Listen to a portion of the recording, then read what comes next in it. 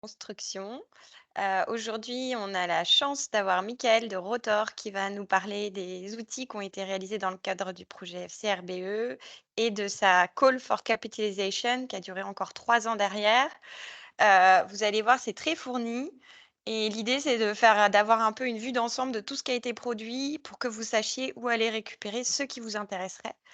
Alors, moi, je vais commencer par, faire un petit partage de mon écran, avec, quelques infos pour vous rappeler. Hop là, voilà. Hop là, attendez, qu'est-ce qui se passe par ici? Hop là.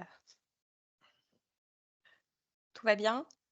Vous voyez? Je passe en diaporama. Aujourd'hui, on est le 3 juin.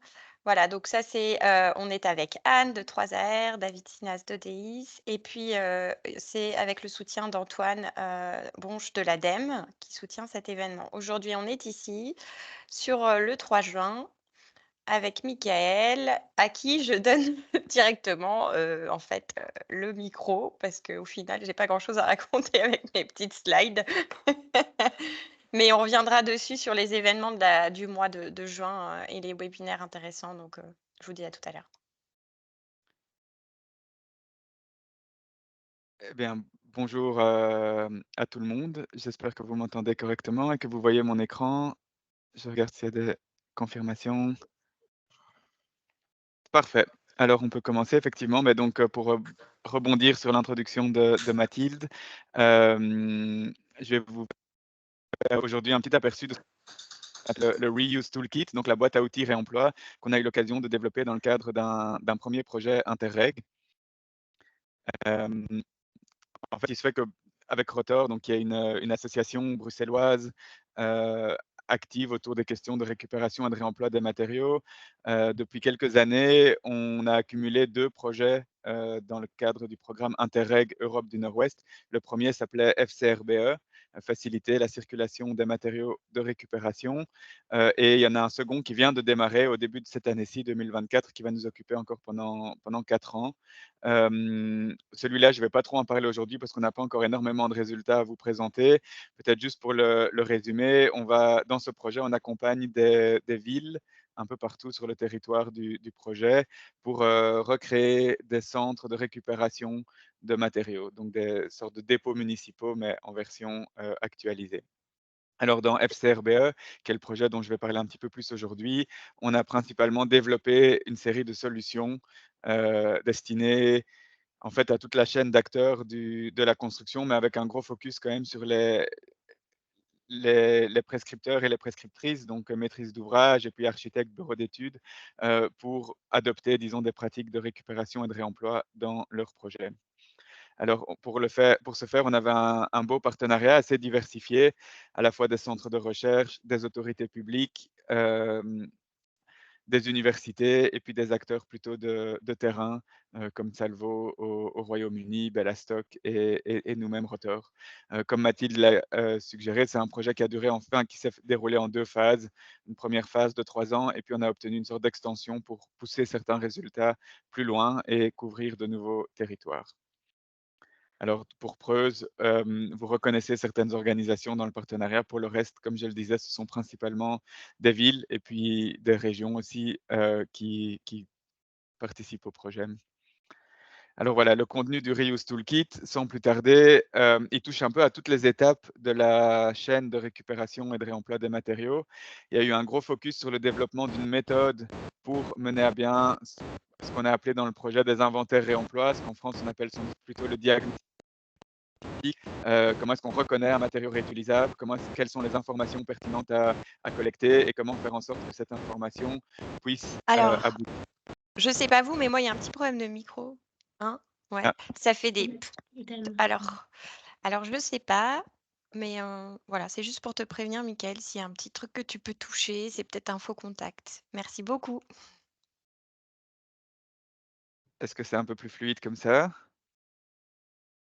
Ça va Ça a mieux? l'air, ça a l'air. OK. Bon désolé, je ne sais pas ce qui s'est passé. Je vais pas trop toucher au câble et j'espère que ça va tenir bon. Donc voilà, une méthode pour mener à bien des inventaires réemploi. Et donc ici, évidemment, dans l'inventaire, plus tôt on s'y prend, mieux c'est. Et donc c'est plutôt une méthode qui s'adresse à des maîtrises d'ouvrage, mais aussi par extension à des architectes et à des entreprises en démolition. Alors, un deuxième document qui rejoint le premier, c'est en fait une sorte de vade-mecum qui décrit comment adapter les procédures de passation des marchés publics pour y intégrer des objectifs de réemploi. Donc là, on parle vraiment de remettre en œuvre des matériaux dans un nouveau projet, que ce soit une rénovation ou une construction neuve. Le document décrit 5 pistes, les 2 principales étant le cas de figure où on a un marché distinct, d'abord un marché d'architecture, suivi après par un marché des travaux. La deuxième piste étant celle où on fait un marché de ré conception-réalisation, tout en un. Et comment est-ce qu'on peut, dans ces appels d'offres, intégrer des objectifs réemploi? Quels sont les documents à adapter dans les clauses administratives, dans les clauses techniques? Dans éventuellement les critères d'attribution, et cetera. On rentre vraiment dans le détail de cette, ingénierie des marchés publics avec pas mal de, clauses types qu'on a pu récupérer à gauche, à droite dans des projets inspirants et qu'on a un petit peu retravaillé avec des juristes et qui se trouvent donc dans ce document-là également. Donc ici, le public cible, il est quand même très clairement celui de maîtrise d'ouvrage et peut-être même de maîtrise d'ouvrage public, bien qu'évidemment les grands principes qui fonctionnent en marché public, bah, peuvent s'appliquer, à plus forte raison dans des contextes privés aussi. Mais ici, il y a vraiment cette couche, cette dimension marché public qui est très, très présente dans ce document.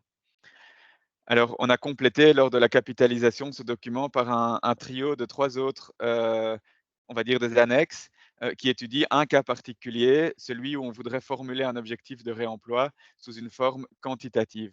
Donc il est tout à fait possible de le faire de façon qualitative, dire on veut du réemploi dans tel et tel poste ou on veut du réemploi de telle et telle façon, mais on peut aussi fixer des objectifs chiffrés. Et alors, quand on fait ça, évidemment, il y a toute une série de questions qui en découlent. Quelle unité choisir? Qu'est-ce qu'on mesure exactement? Quelle partie du flux de matériaux on va aller précisément mesurer? Et c'est à toutes ces questions-là qu'on essaye d'amener des réponses dans ces documents qui sont à la fois une méthode, mais aussi une analyse a posteriori de toute une série de projets. Et ça, on le voit sur la slide ici. On s'est intéressé à 32 projets dans lesquels on a étudié les taux de réemploi qui avaient été atteints. Alors, dans notre analyse, on a travaillé par couche constructive, c'est-à-dire que ce n'est pas un taux de réemploi pour l'ensemble des travaux, on le fait par couche. Donc ici, c'est un projet, par exemple, où il y a eu du réemploi pour les finitions et pour les sanitaires. Donc, on a analysé en détail le contenu de ces flux de matériaux-là et quelle était la proportion en masse de matériaux réemployés.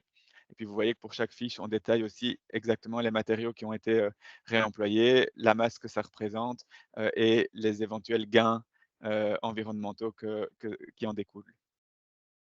Alors, c'est aussi des méthodes, cette approche, on va dire, quantitative du taux de réemploi, on l'a testé à travers 4 live tests, 4 opérations qui ont utilisé cette notion de taux de réemploi dans des procédures publiques. A et puis on a suivi de près, on a pu, rendre compte voilà, de tout ce que ça amenait de positif, mais aussi les éventuelles difficultés qui avaient été rencontrées. Tout ça est résumé dans ce petit rapport.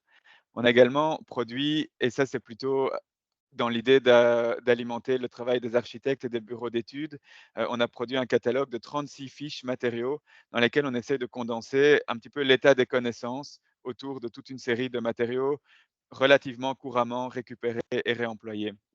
Donc on les fait un peu dans toutes les couches constructives de nouveau. Il y a des matériaux de structure, de gros œuvres, des matériaux d'enveloppe, des matériaux de finition, des équipements sanitaires ou de chauffage. Il y a une assez grande diversité et puis chaque fiche s'intéresse au point d'attention, à quoi il faut être vigilant quand on démonte ce matériau en vue de le réemployer, à quoi il faut être vigilant quand on le réemploie, quels sont les services que le marché, des revendeurs existants est capable de fournir, quelles sont les quantités qui sont couramment disponibles et ce genre d'indicateurs. Tout ça est résumé dans ces fiches qui peuvent être des alliés très, très utiles pour rédiger des clauses de récupération ou de réemploi. Alors, on a aussi fait du travail documentaire qui s'adresse plus spécifiquement à certains métiers de la construction. En l'occurrence, il y a 6 guides qui s'adressent respectivement aux entreprises générales, aux entreprises de finition, aux métiers du bois, aux couvreurs et couvreuses, aux entreprises de démolition et enfin aux travaux d'infrastructure et d'aménagement de voirie, on va dire. Et donc, chacun de ces guides donne des outils et des recommandations très, très pratiques pour ces différents métiers. Donc là, on est un petit peu plus loin dans la chaîne sur les acteurs, actrices qui vont faire la remise en œuvre. Alors, on a aussi étudié, toujours dans le call for capitalization, la question des assurances. Est-ce qu'on peut assurer des matériaux réemployés? Comment est-ce que ça se passe? Alors, il n'y a pas encore aujourd'hui de solution clé en main qui répondrait à tous les cas de figure, mais il y a quand même, on le constate, une sérieuse évolution dans ce champ-là. On a pu étudier une dizaine de cas d'études, desquels on a essayé de tirer des recommandations et des bonnes pratiques, que ce soit depuis les fournisseurs, donc les gens qui revendent les matériaux, mais aussi sur chantier, les entreprises qui vont reposer les matériaux, ou encore des nouveaux services que certaines compagnies d'assurance proposent pour encadrer les pratiques de réemploi, sans que ça ne se traduise par, disons, une augmentation de la police d'assurance. Donc ici, on est vraiment sur un public plutôt de bureaux de contrôle, compagnies d'assurance, maîtrise d'ouvrage, et puis évidemment les architectes et les entrepreneurs. On a également dans le projet, j'y reviendrai dans un instant, réalisé pas mal d'opérations pilotes, qui visaient à tester, eh bien, un peu toutes ces recommandations théoriques. En réalité, on a fait les choses peut-être même dans l'autre sens. On a fait beaucoup de tests et d'empiriques, duquel on a essayé de tirer les recommandations qui figurent dans les guides que je viens de vous présenter. Je reviendrai dans un instant sur 2 exemples d'opérations pilotes, mais il existe un document de synthèse qui reprend les principaux enseignements. Alors, on a également, dans le cadre de ce projet, cherché à documenter les fournisseurs, le marché en fait de la récupération, qui est un marché qui est assez peu connu, alors qu'il est quand même assez peuplé. On le voit, bon, aux Pays-Bas et en Belgique, il y a une énorme densité de revendeurs parce qu'il y a une énorme densité tout court. En France, c'est un petit peu plus dépendant de la densité d'habitants par région. Mais on voit que qu'il y a quand même quelques centaines d'entreprises qui se sont spécialisées dans la récupération et la revente de matériaux. Alors, ce qui explique qu'on les connaît mal, souvent, c'est que ce sont pour la plupart de très petites entreprises. On a par ailleurs mené une analyse statistique de ce secteur qui montre que la majorité de ces entreprises sont des micros, voire des petites entreprises. Et donc, à ce jour, il n'existe pas encore vraiment d'organes de représentation ou de fédération de ce secteur, ce qui fait que c'est assez facile de passer à côté. C'est aussi un secteur qui regroupe une grande diversité de profils, heu, mais il y a moyen d'y trouver des alliés, pour la réalisation et on va le voir dans nos opérations pilotes. Ces fournisseurs ont souvent été des relais qui ont rendu possible, certaines ambitions de récupération et de réemploi. Alors, je ne vais pas rentrer ici, on pourrait passer 1 heure à présenter les différents profils et le type de matériaux qu'on peut y trouver. Vous trouverez tout ça sur Opalis, qui est le site, l'annuaire en ligne sur lequel on regroupe ces entreprises, et puis sur Salvo Web pour les entreprises qui sont situées au Royaume-Uni et en Irlande.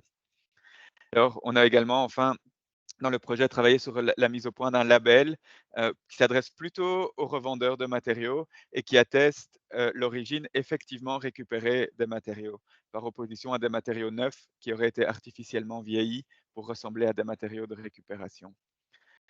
Et donc, ça, c'est le Truly Reclaimed Label, euh, qui dispose aussi de son propre site. Si ça vous intéresse, vous pouvez le consulter, trulyreclaimed.org.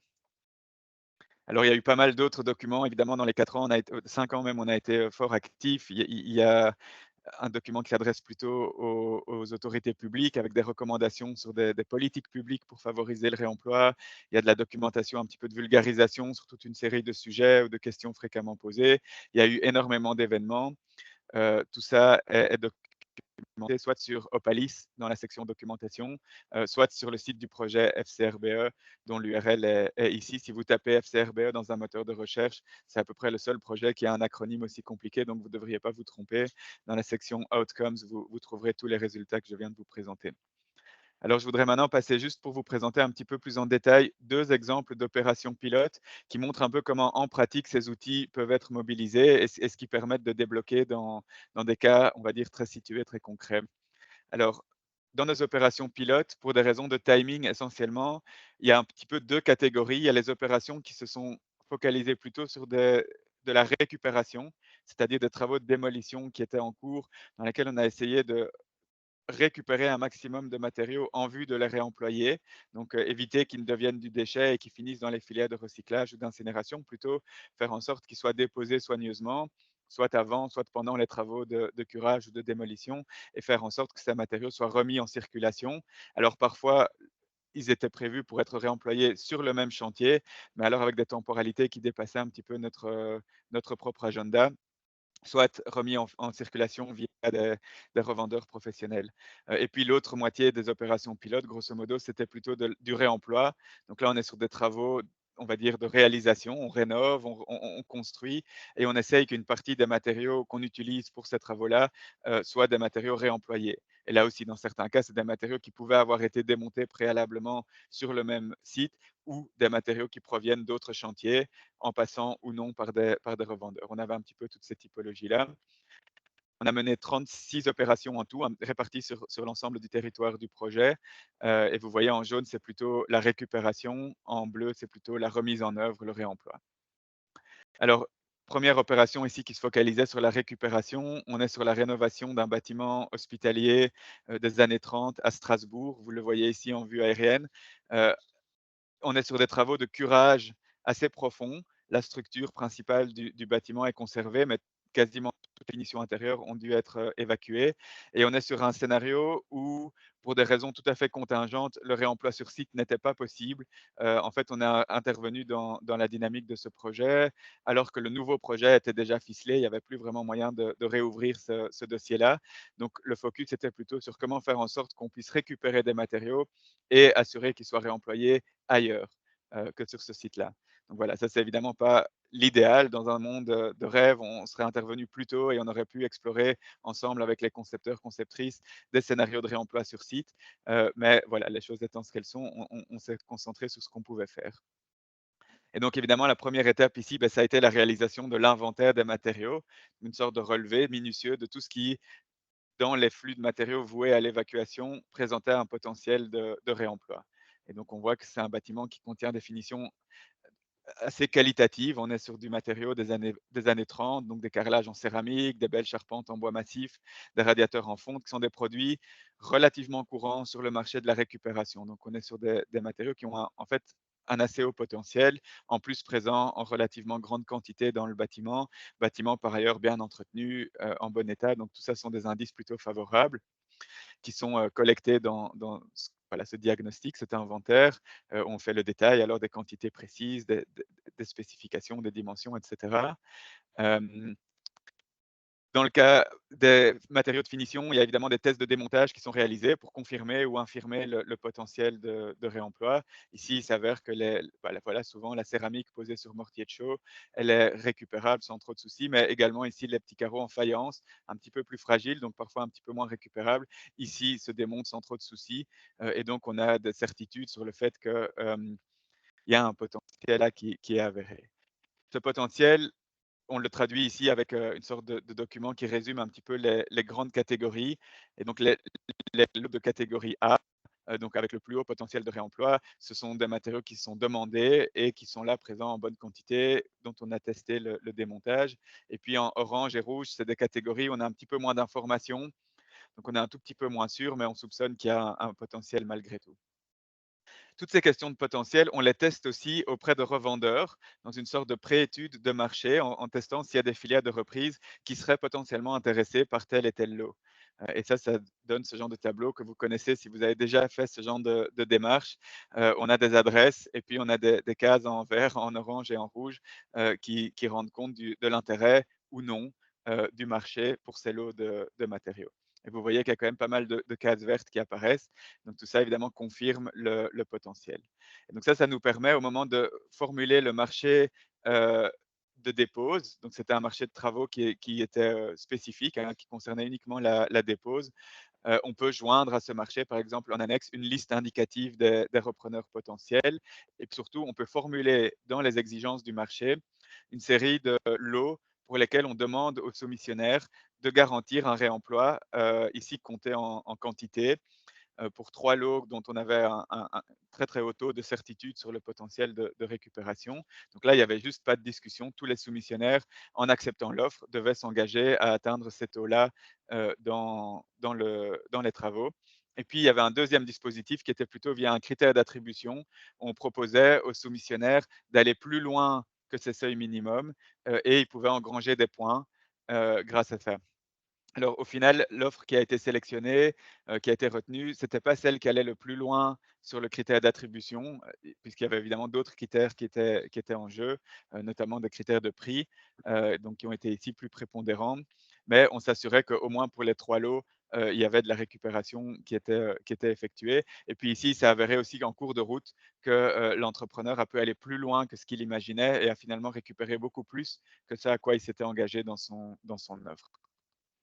Donc vous voyez ici les travaux de dépose, soigneuse avec le rangement des matériaux, la surpalette, ici encore les carreaux en céramique et puis l'entrepreneur donc s'était arrangé avec des repreneurs potentiels, en l'occurrence des revendeurs qui sont venus chercher ces palettes en pied de chantier, hem et qui se sont assurés de leur remise en circulation, puisque c'est évidemment le cœur de leur activité.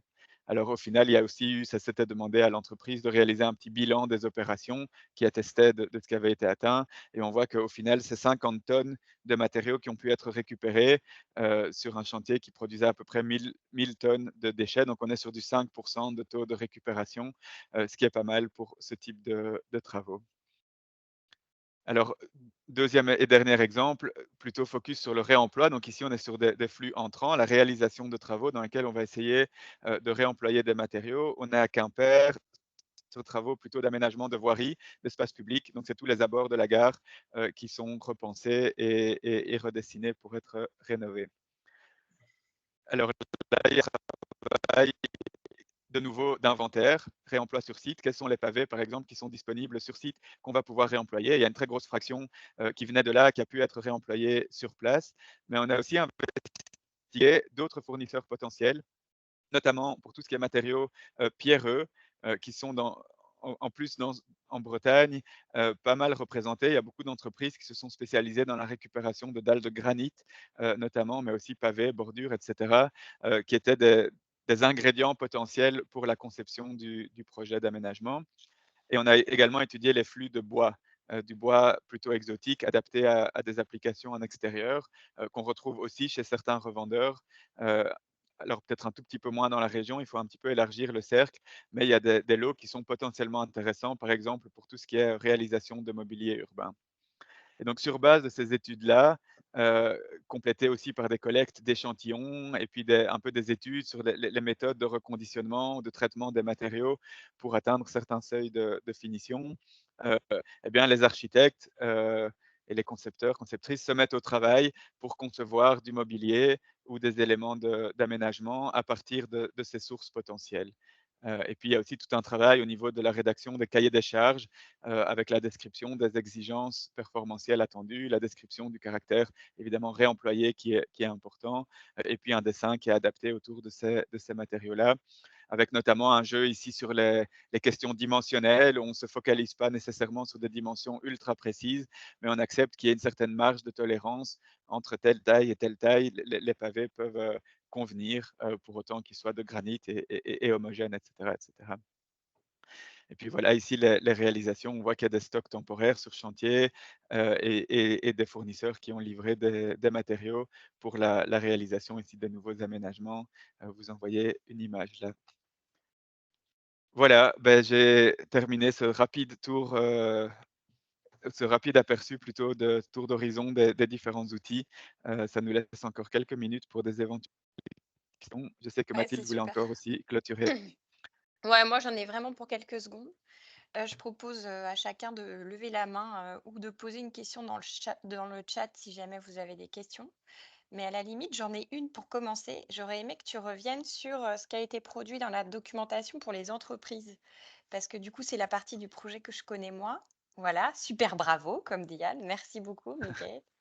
Et j'aurais aimé savoir ce qu'il y a un peu plus dans ces guides à destination des entreprises de menuiserie, de plomberie, et cetera. Voilà, comment ils s'organisaient. Voilà.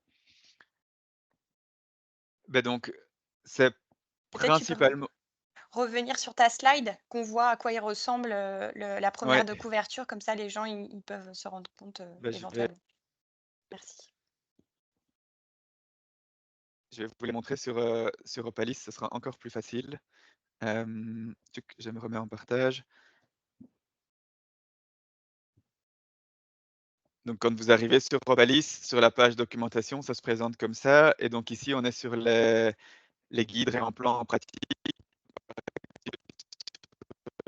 les métiers du bois, qui est représenté On a un ici. petit problème de son, je sais pas pourquoi, mais on a parfois un Ah, de petit problème de son. nouveau, j'ai dû retoucher à ce câble. Est-ce que ça va un peu mieux comme ça? Moyen? Ah oui, parfait. Et donc voilà, on était sur Opalis,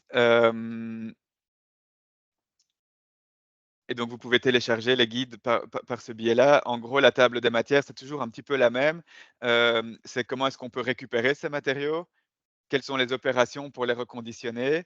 Comment les remettre en œuvre? Et chaque fois, il y a un focus sur des matériaux propres à ces métiers-là. Donc dans les métiers du bois, on va être plutôt sur les matériaux, poutres, plancher, lambris, boiseries et cetera. Sur la je sais pas, sur la toiture, c'est tout ce qui est, ardoise, tuiles. Et alors il y a les questions aussi que se posent les entreprises au niveau des coûts. Comment est-ce qu'on peut, modéliser les coûts d'une opération de récupération et ou de réemploi? Comment remettre prix? Comment remettre une offre quand c'est demandé par une maîtrise d'ouvrage? Et quel type de collaboration ça induit avec les architectes, avec les maîtrises d'ouvrage? Donc c'est vraiment en fait, c'est pas très, très différent du contenu qui a été préparé dans les fiches matériaux, mais c'est formaté sous un format qui parle aux entreprises. C'est super, merci beaucoup. Alors, Trop je vois bien. qu'il y a une question sur la traduction. La majorité des documents existent en français, en anglais et en néerlandais aussi. Il y a quelques exceptions, des documents un petit peu plus techniques que j'ai pas trop présentés ici, qui sont qu'en anglais, mais qui ont plutôt une portée, on va dire, un tout petit peu plus presque, scientifique ou académique. Ceux-là, on les a uniquement laissés en anglais, mais la plupart des documents que j'ai présentés là sont disponibles en français.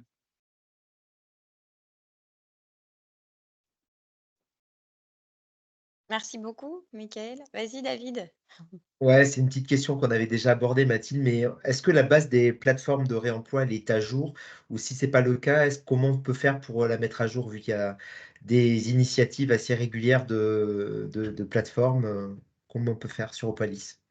Ouais, ben elle est relativement à jour. Mais si vous avez des connaissances d'entreprises qui, voilà, qui se font de la récupération, de la revente de matériaux, le plus simple, c'est d'envoyer un mail à info@opalis et puis nous, on fait le suivi et on met à jour le cas échéant, on fait la visite si ça se présente. Simplement, le critère pour nous sur Opalis, en fait, ils sont assez simples, il y en a 2. C'est il faut être une entreprise. Donc évidemment, des particuliers qui font des petites annonces de temps en temps, c'est pas le focus d'Opalis. Deuxième critère, c'est d'avoir un stock.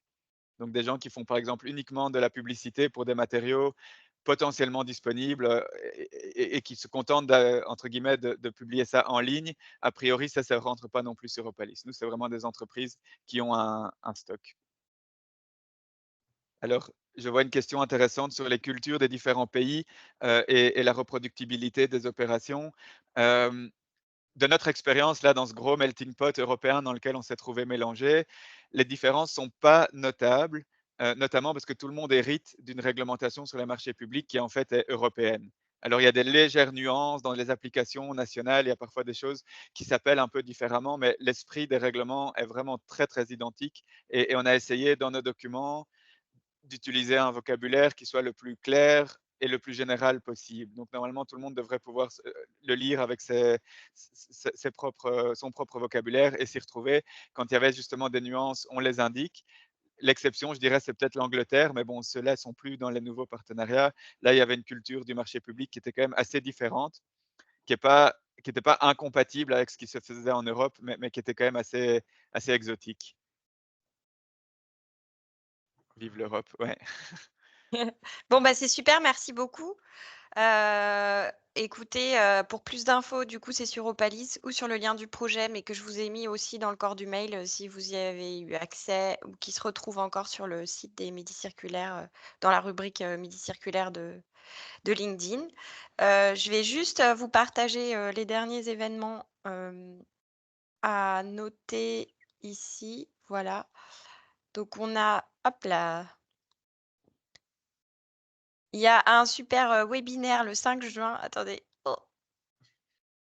Voilà, un webinaire le 5 juin à 11 heures avec le retour d'expérience de Charente. Donc, il y a le lien, on va vous envoyer la présentation, il y a un lien qui est proposé.